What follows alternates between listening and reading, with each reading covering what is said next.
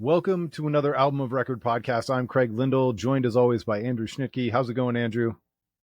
Going pretty good, Craig. For our video watchers, they may notice we have a third person here joining us today. So I'm debating whether to do a typical cold open or if we want to jump right into our guest. But I'm just going to do something real quick. So I recently purchased Dan Ozzi's book, Sellout. I haven't read it yet. I just got it yesterday. I ordered it right as he left for a vacation in Greece. So it took a while for him to send it. And he included this book here called New Metal Poetry. And it's under the pseudonym Nuki Kaur, presumably after Ruby. But I just want to read one little entry, and maybe this will be a recurring theme on the show. But our first entry, our first poem that I need to read just says, "I've felt the hate rise up in me, kneel down and clear the stone of leaves. I wander out where you can't see. Inside my shell, I wait and bleed." So there we go. That's beautiful. I'm doing good, Craig. How are you? Well, that's perfect. I'm actually now looking forward to this as a recurring thing every single week until we run out. There are some awesome entries in this. I'm actually really excited. And maybe in honor of our guest, let me do one more. My favorite one in here. So this is in the middle of the book. Read them all? I've read them all. Here we go. Heat. Rolling, rolling, rolling, rolling, rolling, rolling, rolling, rolling, rolling, rolling, rolling, rolling, rolling, rolling, rolling. There we go. That one's for you, Dan. That one's for you, buddy. That one's almost impossible to do from memory. You really need to read it. Yeah. I have responses to both of those, actually. So number one, in my band Slack chat, there is one of the gentlemen in my band, which I'm assuming we'll talk about, is a big Limp Bizkit fan, so he will appreciate that. The other thing was Excellent. We were having a conversation once upon a time about Slipknot, and I found my favorite version of that song, which is them performing on some kind of weird French Top of the Pops style show.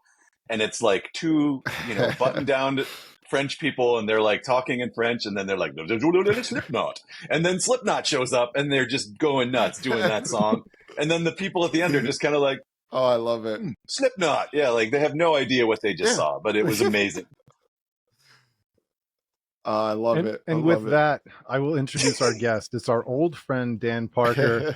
He is a very long-time musician because we're all old now. Phenomenal drummer, started out in the original music scene, and more recently, the reason why we brought him on is I want to know what it's like to turn the page and join a cover band, 90s rock cover band. They're called Cassette Mindset. They're based out of Columbus, Ohio. If you look up their videos, you'll find that they're very good at what they do. There's a lot of 90s cover bands. There's a lot of cover bands. Not all of them are great. Not all of them are good. And I feel like this, you guys bring a different flavor to the covers. They're not mini tributes across the board. You guys are bringing your own skills, talents, and styles to these things while still bringing an authentic quality to them. So welcome to the show, Dan. Thanks so much for joining us. Thanks for having me. It's, the transition, as you say, from originals to covers is, for me, it's sandwiched around having kids. So I was doing the whole originals bar band thing back in the aughts. And then, my wife and I kind of settled down, and now my son's a little older. And so oddly enough, two of the guys in my current 90s cover band were also in my last originals band. So we've all kind of, matured, as you might say, and decided that, this is something that we were all into. There are certain advantages to it. Obviously, you don't have to spend time writing. And, we all know the source material pretty well. So it does make it a little easier to get off the ground and get it moving. And frankly, it's more lucrative. There's no shortage of bars that will pay you a fair amount of money to play for a few hours. So it makes it a little easier to stomach the time commitment, especially with all of us having families. So um, I as a young pup would never have been like, oh, I'm gonna just sell out and be in a cover band. But at this point in my life, it allows me to continue playing, and playing with guys that I enjoy hanging out with, as well as really enjoy making music with. So it's kind of been the perfect storm for all of us, I think. Well, that was one of my first questions, and I'm going to go first, and then I'll kick it to Andrew. Andrew and I haven't had a guest before, so we got to get our structure down. But yeah, you kind of answered my first question already in terms of if you had told yourself back when you were doing the originals, if you were one day going to be in a cover band, what would you have said to yourself? But I mean, so what do you feel?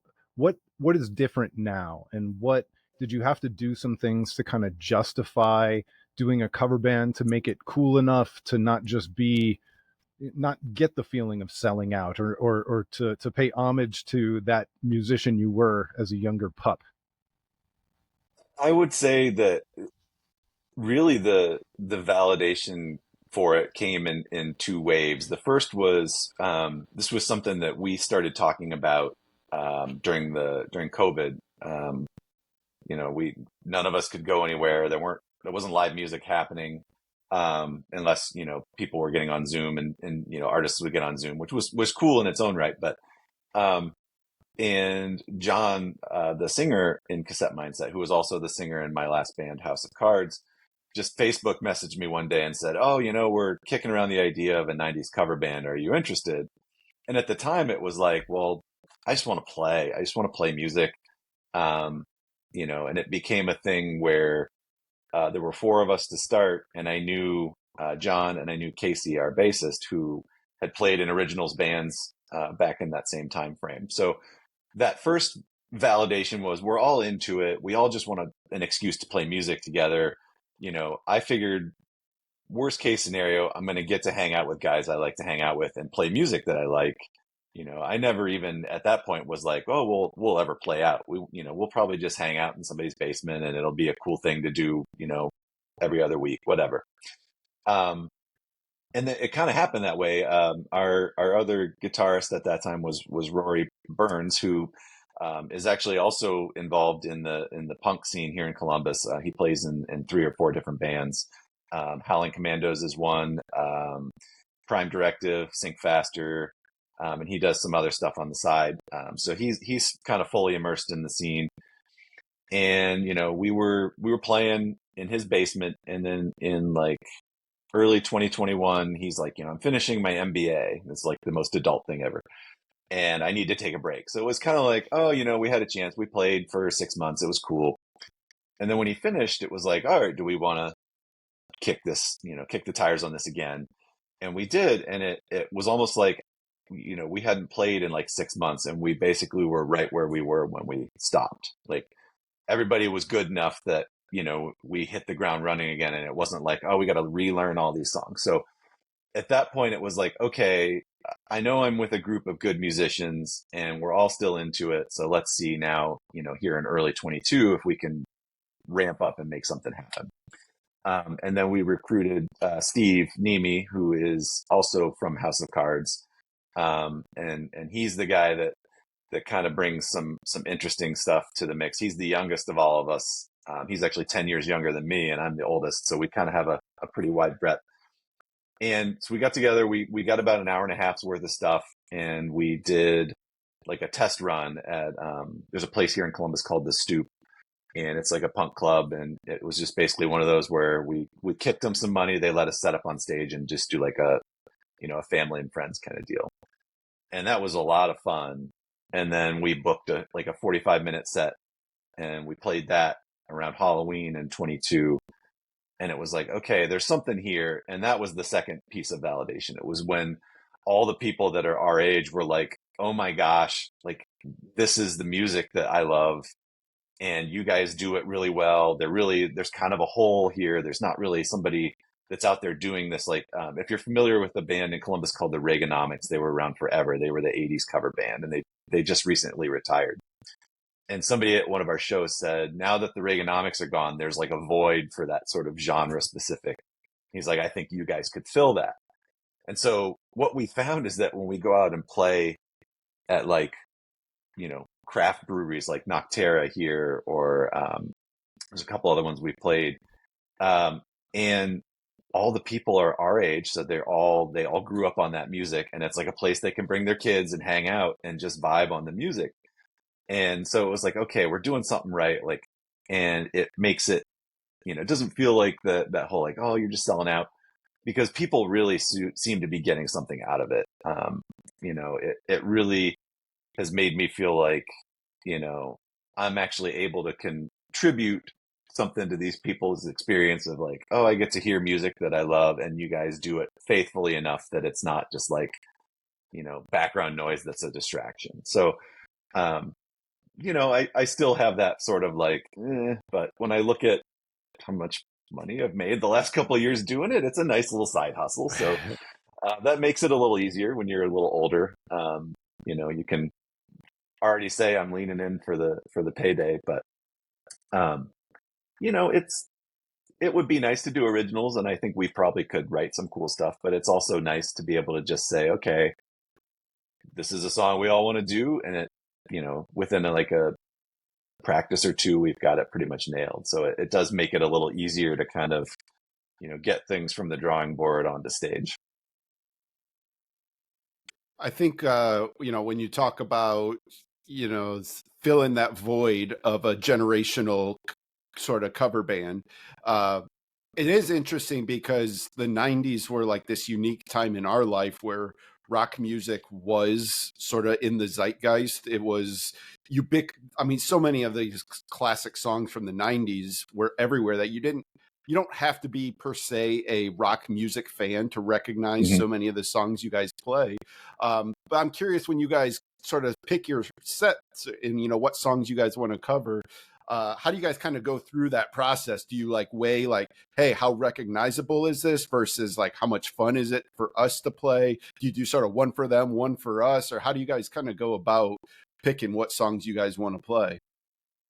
Well, so when we started out, it really was this idea of like, we're going to play the jams that we like. And so everybody picked like two.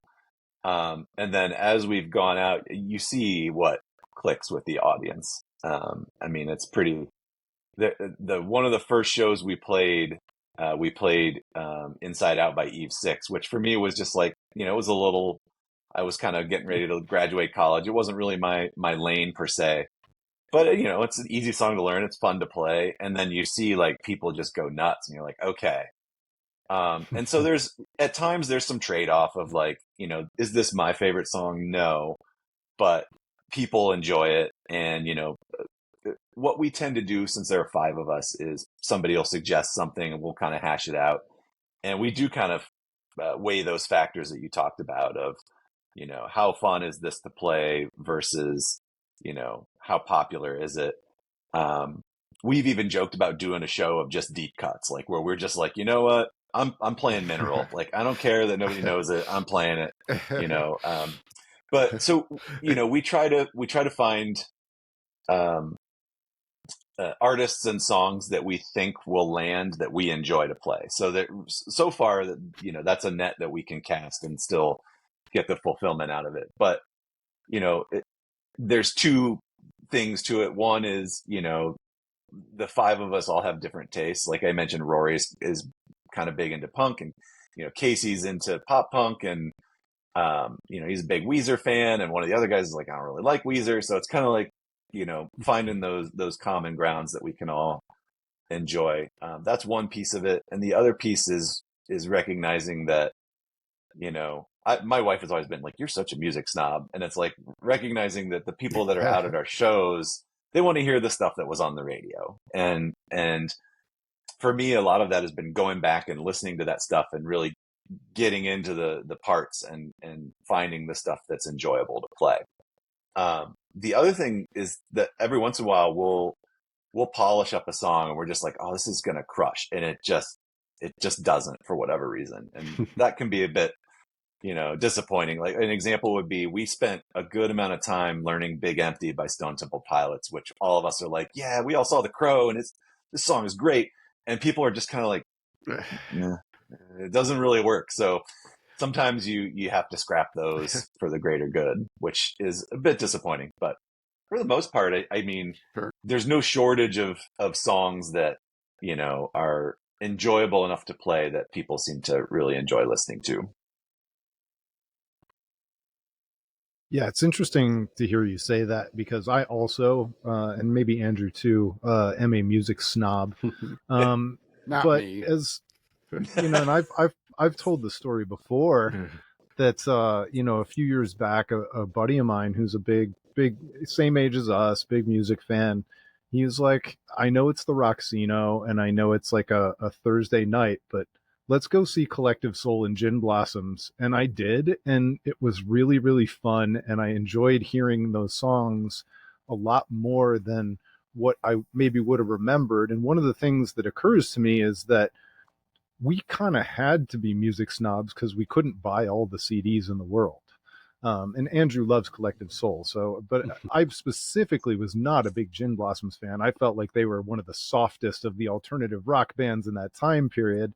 So do you have conversations like that where you kind of justify it, or is it about picking the song specifically in that catalog? Because like the guy who hates Weezer, does he just kind of like this one a little bit more than the rest? I think it's that what's fun to play. So to kind of dovetail with the Weezer example, we do the Sweater Song because everybody knows the Sweater Song, and it's fun for that guy to play because he gets to do that crazy solo in the middle of it. So it's kind of like, how do we balance, making everybody happy? But then like Collective Soul is interesting because there are tons of Collective Soul songs that we could pick, and we picked December because that's one we all enjoy playing. And it's well known enough. Is it their like biggest hit ever? No, but it's fun to play, and people still seem to know it enough that they can vibe on it. So I think Yeah, we you're try supposed to to. play Shine, I think. Well, there's that, or you can play the World I Know. We've talked about some other ones, but I mean, as far as I'm concerned, that whole album with December on it, you could play that whole thing, and it would be fine with me. But Absolutely. I think we also have these discussions where sometimes we get in the weeds, and one of the guys will be like, "Okay, we literally do not have a Red Hot Chili Peppers song in our catalog. Like, I'm not willing to go with another deep cut until this is a band that we really should be covering because." They had that run there in the 90s where, you know, and then it gets into like, well, for me, Blood Sugar Sex Magic is that because that was when I was in high school, and for somebody else, it's getting into the scar tissue kind of genre, and figuring out where we all kind of intersect can sometimes be tricky, but um, you know, it's one of those things where I think we all have to kind of make compromises. And there are some songs where I was like, oh, I don't want to play this song. But then when you actually get into it and play it and get the response from people, it does make it more fun to play. So I think sometimes I have to kind of check my snobbery at the door, if you will. And also, I've come to listen to some of this stuff that I hadn't listened to in 15 or 20 years with different ears now that I'm older and can kind of appreciate the songwriting craft of it a little bit more. So it's sometimes good to revisit stuff that maybe when you were like 21 and thought, oh, this just sucks. You can go back to it and see what the value actually was of, this was popular for a reason. So, um, you know, kind of checking my ego at the door a little bit and being willing to explore some stuff that maybe I wasn't real keen on when I was younger. you know you sort of touched on this already, and kind of relating to that last point.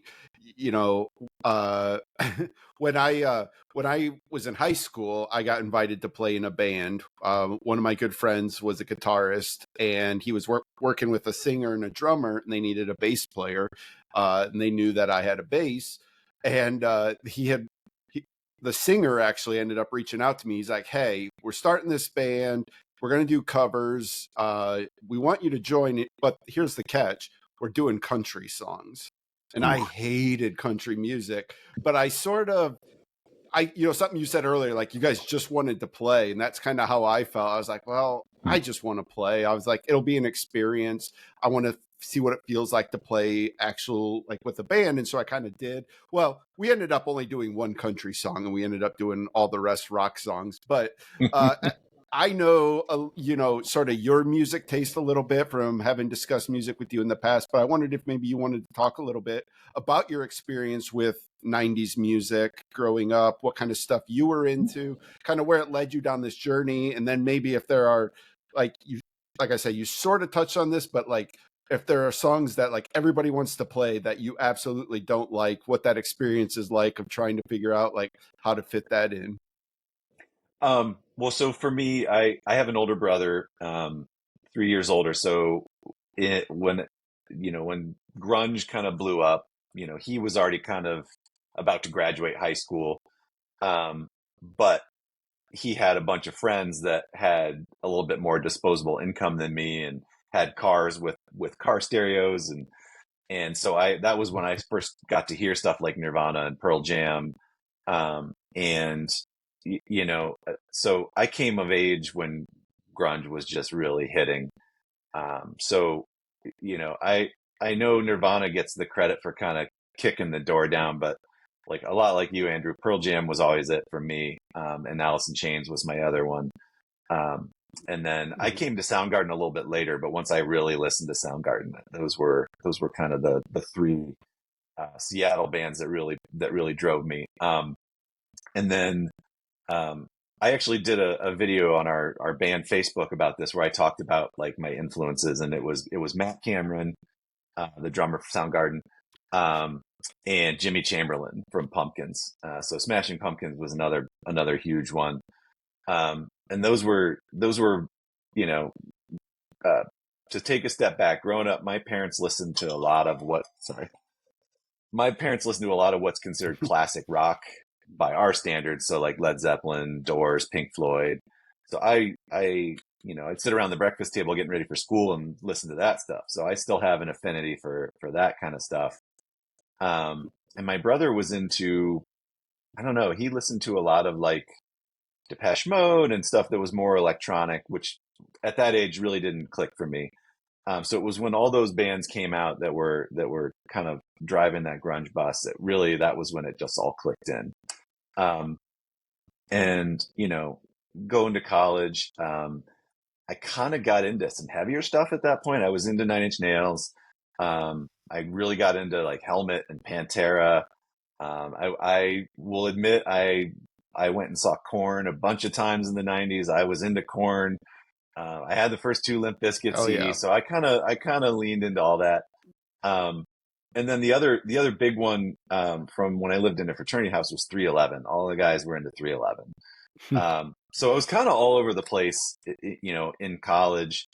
And then, I graduated in 1999, and music really kind of, with the advent of the internet and things like Pro Tools and,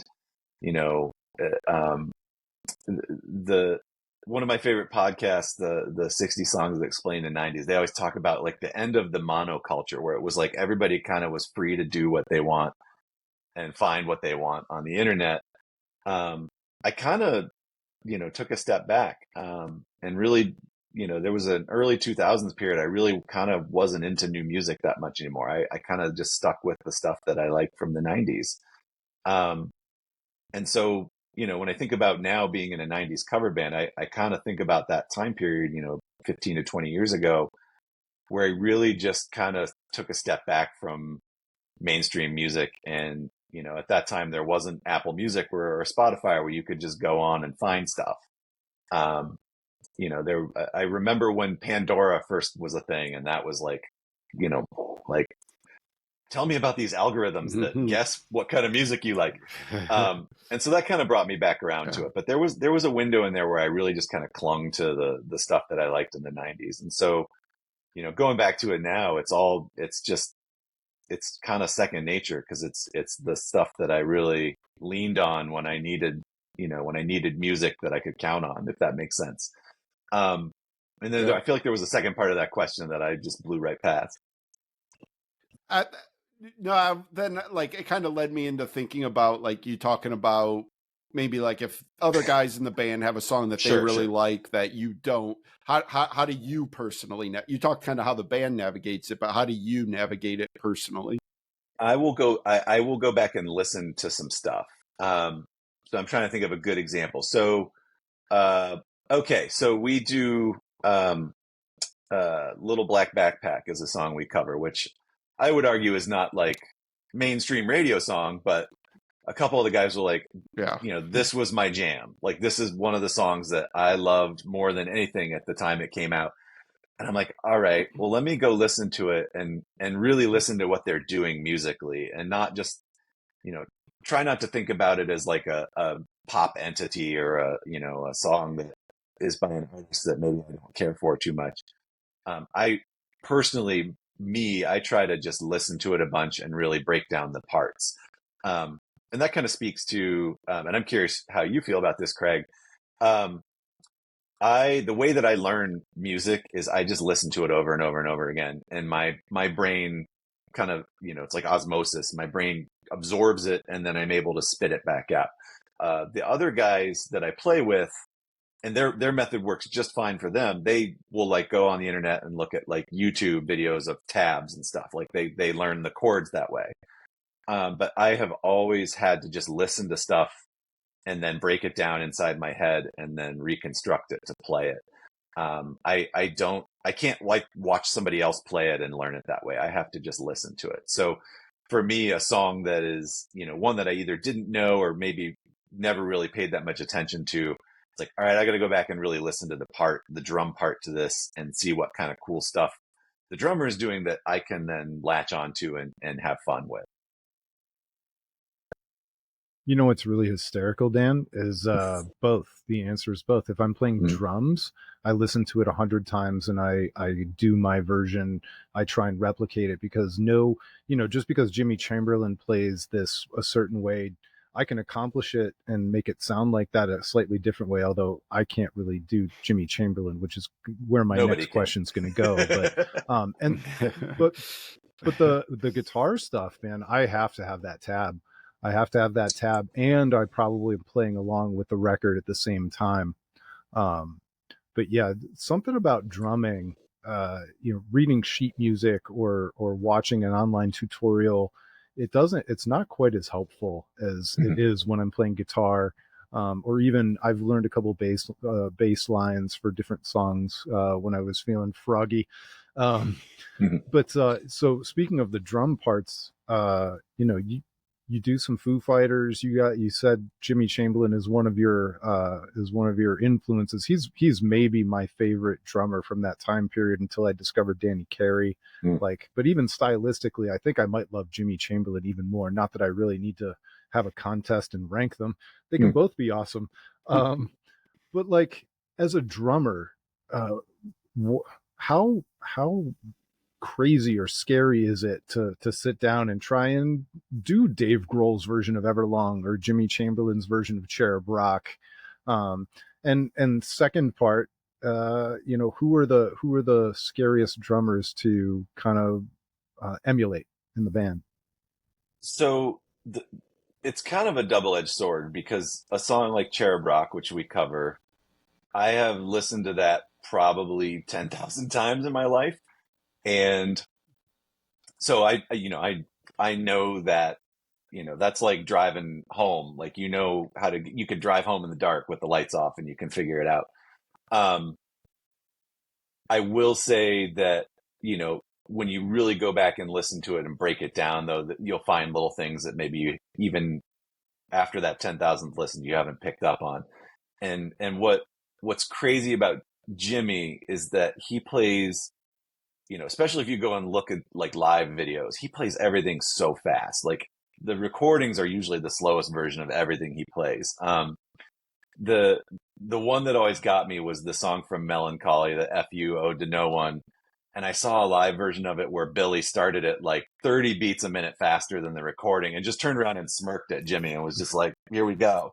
But he crushed it. I mean, so that guy is just, you know, I think going into it, you know, and Dave Grohl's another one from the early Foo Fighters stuff, just knowing that there is no way I'm going to play this 100% verbatim the way that they recorded it. So, how do I kind of find those spots that are going to trip me up and paper over those? So like Everlong is a good one. Like the way I described it to the guys when I was learning is like, there's no off ramp there. Like it's constant 16th notes. There's never like, if I like drop a stick, like it's over, forget about it. So like, where are the points in the song that I can take a breath and kind of just, you know, recreate kind of what you were talking about, recreate the part without doing it exactly the way that Dave Grohl does it. Cause I'm never going to do it the way Dave Grohl does it. So like when I really get into tricky drum parts, those are the things I look for, is like, where's my off ramp to kind of catch my breath for a split second and figure it out. Another good one is Black Hole Sun, because it's got that breakdown in the middle where it's basically Matt Cameron's playing in 9/4, but at the end of it, there's like, you know, one line of vocal where the drums don't do anything. So I kind of can like catch my breath, dry my hands off, you know, take a deep breath before I come back in. So finding those parts is the key, really. And other than Everlong, there aren't really too many where it's just like, there just isn't a time. And even in Everlong, there are some times you just have to figure it out. In terms of drummers that are just, you know, Danny Carey's, the singer in our band, John, is like, it's like, oh, could we do like 46 and 2? And I was just like, no, we can't. I'm sorry, we can't. There's just no way that that's going to happen.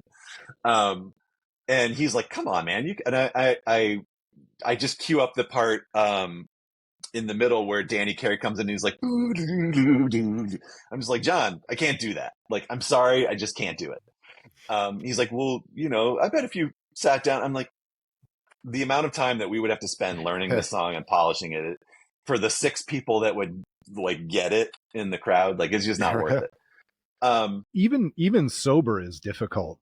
It is, because it's so, one of the things that Danny Carey does that's so amazing to me is the polyrhythms that he plays, that he just locks in.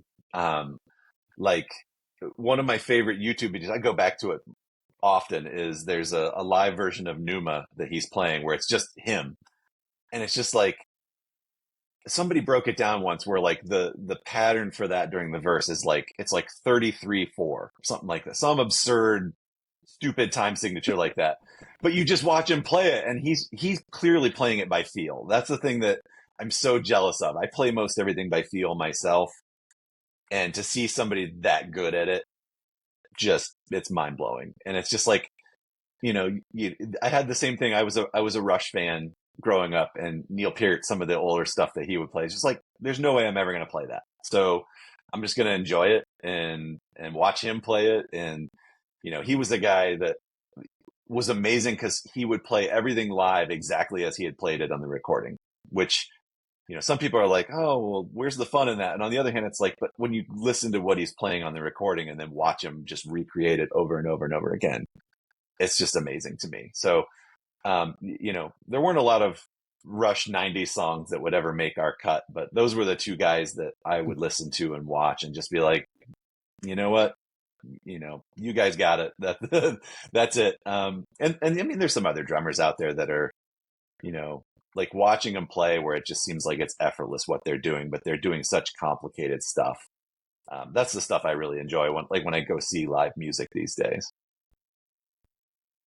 Speaking of time signatures, here's a drumming question for you. What time signature is March of the Pigs in?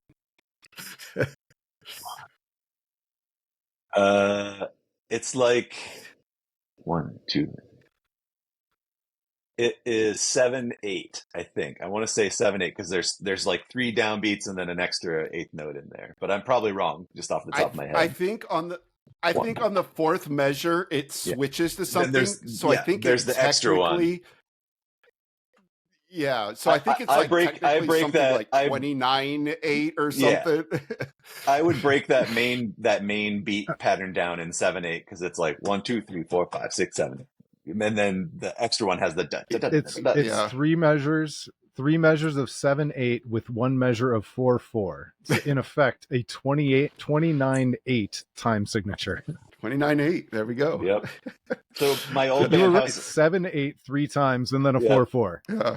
my old band House of Cards did have it was much slower, but we had a song that was like that where it was 3 measures of 7/8, then a 6/8, and then 3 measures of 7/8, then a 4/4, and it kind of jumped back and forth Yeah. all over the place. And I always figured, someday there's going to be a drummer in the audience who's going to be like, "Man, that was really cool," but that never happened. So, in 5 years, Yeah.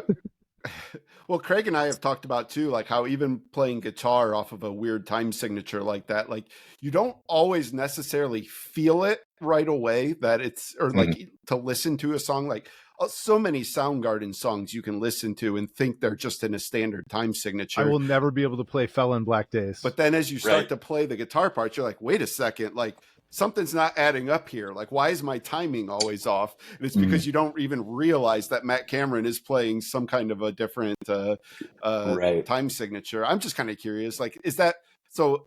When you start learning drums, like, is that just a natural progression to get to the point of understanding these different time signatures, or is it something you like really have to focus on to kind of grasp, or how does that even come about? So for me, and I'm gonna give a shout out to public school education band. I was in starting in 5th grade. I started taking percussion lessons, and I was in all the concert and symphonic bands and marching band and jazz band. Like I did all of that, and that taught me how to count. I could still read a drum tab. I haven't done it in years, but like all the jazz stuff was in tab.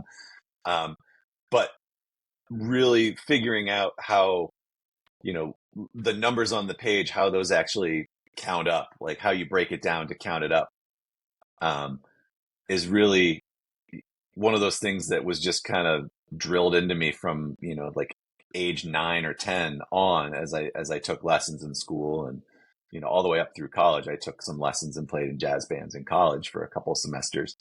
Um, and the thing that I do, we talked earlier about I have to listen to something 20, 30 times and break it apart.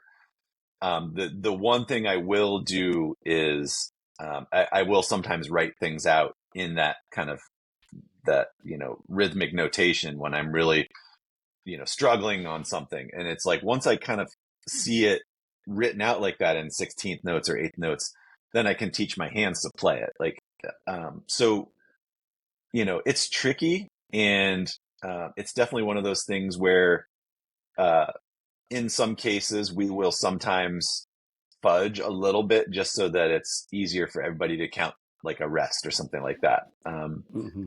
And we talked about the Black Hole Sun. There's that 9/4 piece in the middle of it, and like as we were learning that, because the Mm-hmm. one guy's just like crazy soloing over it, he's not really listening to the count.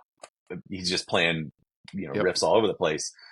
And so it was like, how do we all finish at the same time? What are the cues? And so it's kind of like, for me, I have to hear, like, what is Matt Cameron doing reliably every single time through that run? And what I figured out is that if you listen to it, the way he plays it, there's always a downbeat crash on the 7 of those 9/4. And so I told the guys, like, whenever you hear that, that's 7, and then I'll do like a 2 count fill to go into the next one. And then when we get to that last one, I'll hit that 7 and you'll hear nothing. And then on 9, I'll give you just a huge, and that's kind of how we figure out how Mm-hmm. everybody needs to stop now, because this is the end of that little solo run. So Yeah. that's how I learn the stuff. And then that's kind of how our give and take works of, what are the cues? Like, what am I listening for vocally, or what is the bass or the guitar doing that I can cue off of, and vice versa. So little things like that, where we'll, you know, maybe we'll decide that sort of an untimed amount of rest is actually just going to be 4, and I'll count that off. That's the kind of stuff that we do. Um, Yeah. a song like Be Quiet and Drive, for example, there are two spots in that where everybody drops out and then we all come back in. It's like, all right, well, how are we going to do that? I'm going to count off 2 and then we're going to go. So some of it is just being willing to not, be 100% loyal to the source material and figuring out what works for everybody. What is everybody going to be able to hear on stage and adjust to, that kind of stuff. So I know you're not the singer, but I have a singing question that maybe you can answer. You've got a very good and talented singer, but one of the hallmarks of all this 90s music is it's a lot of singers who just go after it. They're going to the top of their range, and if you're picking their best songs, you're probably not picking a lot of the mid-tempo ones that they would play on tour to kind of give their voice a rest. You're kind of going almost to 10 for almost the entire set. And I think specifically about like, you've got Hey Man, Nice Shot in your set. You probably have to strategically place all those, but when you're playing kind of the biggest hits, the most vocally challenging ones, how much of that set list design is the singer going, no, man, you guys got to take it easy on me? It's a lot of it. So there's really a couple of main drivers. So Monkey wrench too, by the way. Yeah. To your point, we will change the keys of things a lot so that they're all, in line with what he feels comfortable with. He has a routine where he has like a honey bear on stage all the time. I love kind of poking at him he never just gets honey. It's always in the bear, which is the best kind of honey. So finding those times where Absolutely. he can kind of, get a little of that. He does not drink alcohol, which I think helps him too. And doesn't smoke, obviously. But we will do our set planning based around tuning changes. So like we do anything that's got to go drop D, we will put those together, usually at a bunch at the end. So like Stars by Hum, Everlong, Monkey Wrench, Hey Man, Nice Shot, Iris by Goo Goo Dolls, Heart-Shaped Box. I'm trying to think what else we've got. Like stuff like that. Those are all going to be drop D. I think actually Black Hole Sun is a drop D the way they play it. So putting those together, and usually those go at the end because you can't be like, oh, we're going to play a standard and then drop, then standard and then drop. We group things based on songs he plays guitar on because he plays guitar on some of the songs. And sometimes we do play as a 4-piece, and so he picks up more. So we'll have like 4 songs in a row that he doesn't play on so that he can just kind of, not have to go back and forth and do that. And then, trying to kind of, not put like crazy fast song followed by slow depressing song by crazy, jumping back and forth that way. The vocal aspect of it does play into it. Like we generally won't do Hey Man, Nice Shot in a second set because after 3 hours, he's just like, it's not going to happen. But also you can use technology to great effect. Like he can use a bullhorn, or he's got, like a Blues Traveler style harmonica mic that distorts real easily. So he can sing into that and then it sounds a little more, Richard Patrick-y. So just kind of figuring out ways that you can use pedal boards and technology to kind of recreate stuff. We have a pedal we're starting to use that you can throw like the intro to Bittersweet Symphony on there, and that gives the guys a chance to like get a drink and tune and make sure everything's good. Because that's like a good 45-second intro. Or another one we're trying out is Space Hog in the Meantime, where it's got that like piano ending at the end. So like basically what I'm doing is I'm keeping time on my hi-hat, and then when I get to the downbeat, I step on the pedal, and the pedal is timed to just fade in with that big swell at the end. So we can use that as like okay, here's 30 free seconds to tune to drop so that we can go into another section of our set. So, and a lot of that has just been trial and error as we've played. You can put a set list together that it's like, oh, this is just like 2 hours of bangers. And then John will be like, no, I can't sing that after that. Or we used to do Possum Kingdom and My Own Worst Enemy back to back. And our bassist was like, no, that messes my head because they sound too similar. And I'm going to play one when I'm supposed to play the other. Even though in our heads it was like, oh, that's really cool. You know, you can do the da da from Possum Kingdom right into the da da da da. And Yep. Casey was like, no, those got to be apart. But we learned that the hard way of doing it on stage. So set list construction. The other piece of it is like, where are we playing? Is this a place that's going to respond to more Deftones versus more, Lisa Loeb and Natalie Imbruglia? Because those are things we've got in there because they always land, right? So it's an art. I'm sure you know this, Craig, from your many years of playing out, and you guys both see a lot of live music. Putting a set together is tricky, but there is something to it where every song is a hit, but some of those songs can be like songs where I can take a breath, for example, or the singer can do the same. So it's just kind of figuring out what works and then going from there and putting it together, and figuring out what goes together well and what doesn't go together well. Yeah. So Craig and I have a bit of a running bit where it can't be a show if we don't mention Pearl Jam, and so I have to throw a Pearl Jam question at you here. But I'm kind of curious from a drumming perspective. Maybe first and foremost, who's your favorite Pearl Jam drummer? But I really specifically want to talk about Matt Cameron, because I think it's interesting that Matt has now been in Pearl Jam longer than he was ever in Soundgarden, but yet he sort of always has felt like Soundgarden's drummer. And Craig and I talked a little bit when Dark Matter, Pearl Jam's new album, came out. I really felt like this was the first whole Pearl Jam album where they sort of gave Matt room to sort of breathe and be Matt Cameron. I'm just kind of curious if you feel that same way about Matt's tenure in Pearl Jam, sort of how you feel about how it compares and contrasts to what he was doing with Soundgarden, and if you do hear a difference with Dark Matter versus some of the earlier Pearl Jam albums he's done. So I'm going to have to cop first that I haven't listened to Dark Matter end to end yet. I have listened to Wreckage. I've heard Wreckage, but I haven't gone through the whole record. So I think, Dave Krusen, who drummed on 10, was fine, but it was Dave Abruzzese who really made those songs what they are drumming wise. And for me, Versus is like, if I'm just wanting to listen to the drums, I will listen to that one first, because there's just so much good stuff that he does on that, that sometimes flies under the radar. Like, our singer asked me if we could ever cover WMA, and that's another one where I'm like, I would love to, but there's just no way I could do that rhythm over and over for 4 minutes and not mess it up. But I love listening to it. He was always my favorite.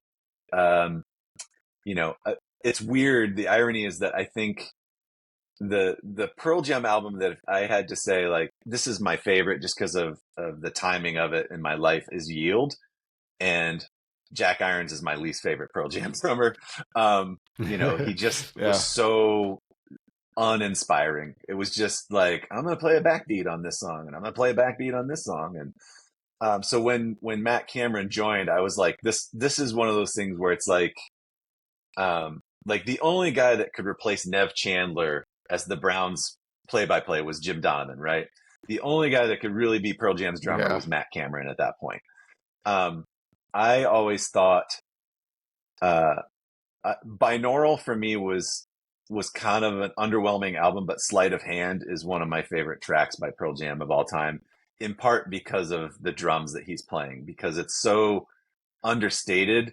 But you want to talk about like counting something out. That one is one where it's just like, okay, every time I feel like this is when he's going to change, he's doing something slightly different. So that was the first, like, okay, this feels like Matt Cameron is in Pearl Jam. I always thought, under the radar, they gave him a little more latitude to do songwriting in Pearl Jam than maybe he got to do in Soundgarden. Because I'm trying to think the last time I actually saw Pearl Jam. It's been a while. It would have been Yeah, because want they to say don't the play Riot. Ohio anymore. Yeah, that would have been the Riot Act tour, I think was the last time I saw him. So, to date myself. Yep. And there were a couple songs where Ed was like, this is a song by Matt Cameron. And I was like, oh, I always dug this song. I didn't realize this was his song. I think one of them that they played that night was Evacuation. And that was, when we were in the middle of a war. And that was kind of the impetus for that song. And I was just like, oh, all right. So I again, to kind of punt, I do need to give Dark Matter a really good listen. I feel like one of the things that I enjoy is that because I've always loved Matt Cameron's drumming, it felt like he, did the old stuff justice when I saw them with him on drums. That I think it would have been '03. Gosh, that was back when they would record their own live sets and you could buy them. So I still have that, and they did a cover of Even Flow that night that was just, Mike McCready just went balls out for like 5 minutes, but it felt like it was Matt Cameron. If you had told me like he's always played this song, I would have totally been like, yeah, this feels right to me. But to be, perfectly honest, I go back to, I think the original Even Flow video had Abrazazi in it on drums, because that was one of the ones they did live, and then the Unplugged show. And that was when he, I actually talked about this in my history of drumming video for myself. That was the first time I saw that he had DW drums, and that was when that was in that time frame where it was like Matt Cameron's using these, Sean Kinney from Alice in Chains is using these, now Dave's using these. Like, I gotta have these. And he just because Unplugged was supposed to be this like subdued thing, and he comes out with this just monster kit and is just wailing on it the whole time.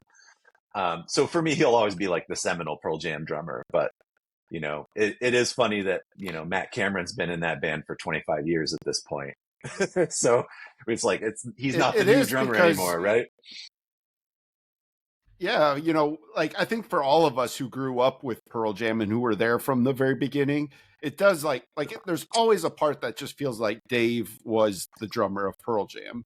But can you imagine the ask that Matt Cameron took on because Jack Iron just backed out of the Yield tour at pretty much the last moment. So they basically called up Matt and were like, hey, can you drum on this tour for us? Oh, by the way, you have a month. You have to learn every song we play too, or you have to learn every song we've ever made, because we play a different set list every single night. From a drumming perspective, can you talk a little bit about what a challenge that must have been to all of a sudden have that just dumped on your lap?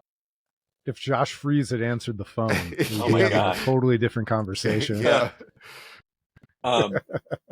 Well, I made that up, by the way. Yeah, it's one of those things where, I have to assume, because Temple of the Dog was a thing, that those two bands were kind of overlapping for quite a bit. And the movie Singles is also a thing. So there's that.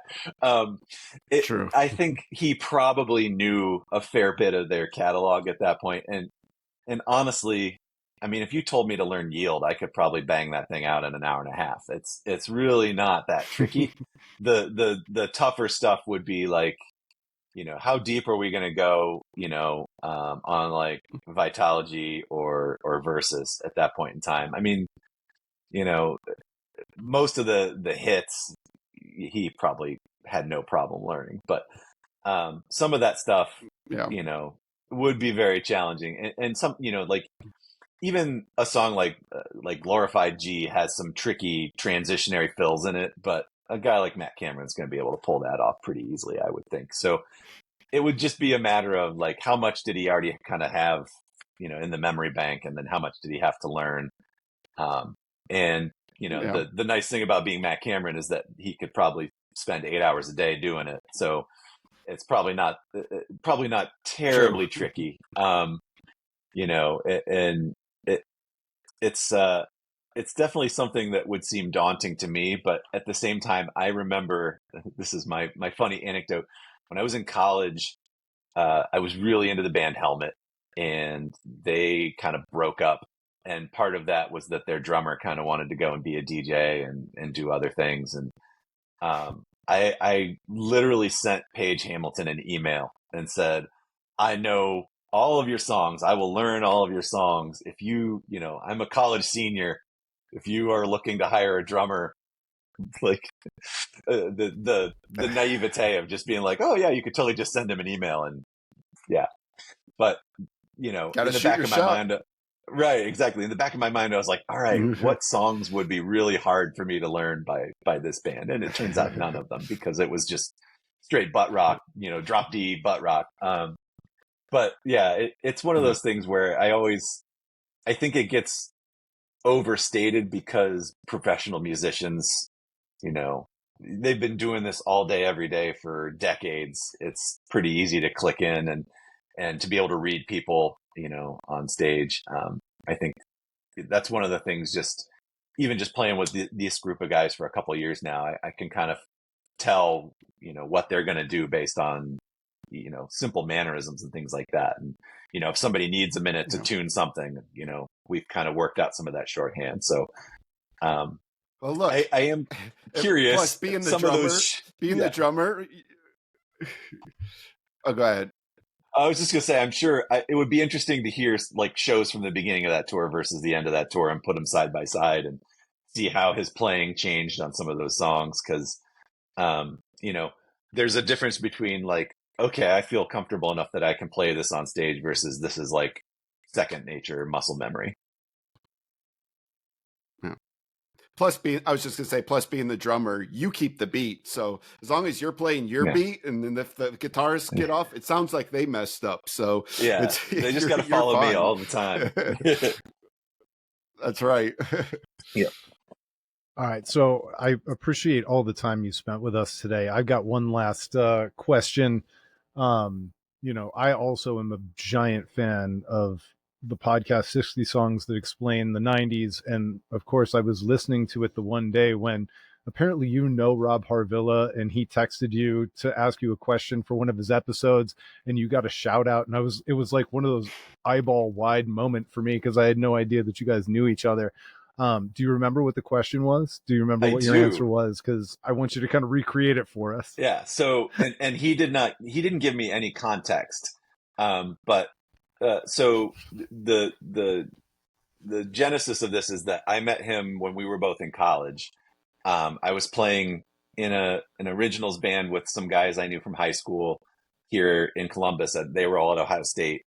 And then that kind of broke up, and the one guy went to graduate school at Ohio U down in Athens, and a mutual friend of his and Rob's was like, well, you guys need a bassist. Rob plays bass. And so the three of us were in this, like, we called ourselves a space rock trio, and Rob has made fun of that on the podcast. And we did that for a couple of years. And then he moved to Columbus and wrote for the other paper for a long time when that was a thing. And so when he first moved to Columbus, he stayed on my couch for like a month while he got settled. So he and I go way, way back. But like, as his podcast was running, I would text him things when I'd listen to an episode and just be like, oh, this reminds me of this or whatever. And so one day, just out of the blue with no context, he's like, what is your least favorite, or like, what is the worst song of the 90s? And I wrote back, I was like,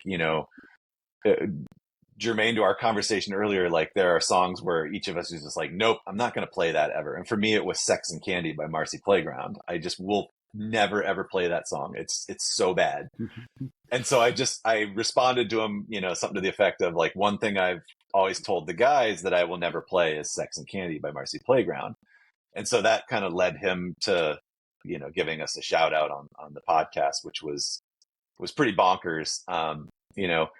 Yeah, he's come to a few of our shows, and he's a real low key guy. Like, so I've tried not to blow his spot up too much. Like if he comes to one of our shows, so for him to do that, and I would never have asked him to do that, was really cool. And then to finally hear the episode, and I'm driving in my car, and I'm starting to hear like he's clearly reaching out to people about their least favorite song, and then it was kind of like, I was like, oh, I know what's coming. I know I'm going to hear about me and Sex and Candy here momentarily.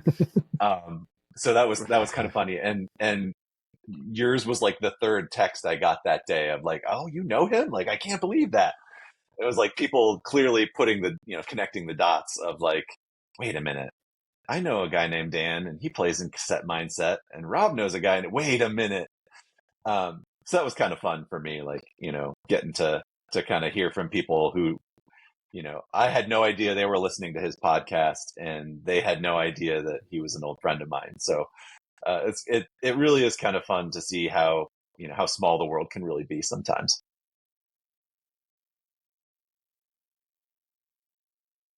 Andrew, you got anything else? I'd just give Dan a chance to plug where people can find you guys, find more information out about you guys. So give you a chance to talk about that.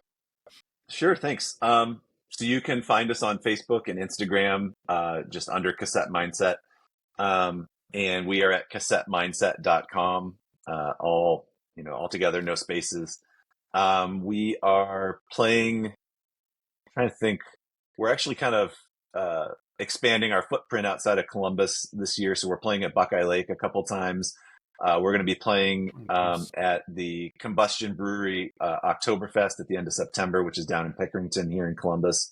It's a big festival. We're going to headline that on Saturday night. It's the last Saturday in September, I think. But find us on Facebook. We're all old and terrible at social media, but that's where we tend to interact with people the most. Give us a follow. We always have our show schedule up, and we try our best to plug things and connect with other acts here in the Columbus area. Because it's kind of cool to you start to see the same people over and over again at various places. But the other thing is, if there are songs that, if you've seen us and there are songs you want us to play, like, hit us up. We're always up for requests. And, if we can make something work, it's always fun to go back to a club that we've been to and be like, oh, you wanted us to play Wonderwall last time. Well, guess what? We learned Wonderwall, and see people kind of have fun with that. So, like I said, we're all terrible at social media because we're old, but, drop by on Facebook and give us a follow, and we'd love to see you at any of our shows. But don't request sex and candy, because it's not happening. No sex and candy. You know what? You can request it as many times as you want, but it's never happening. Yes. All right. Well, with that, I just want to say thanks to our old buddy Dan Parker for jumping on the podcast. The first ever guest on the Album of Record podcast, helped us work out the kinks, all the technical bugs. And so we very much appreciate it. And we will talk to you next time on the Album of Record podcast.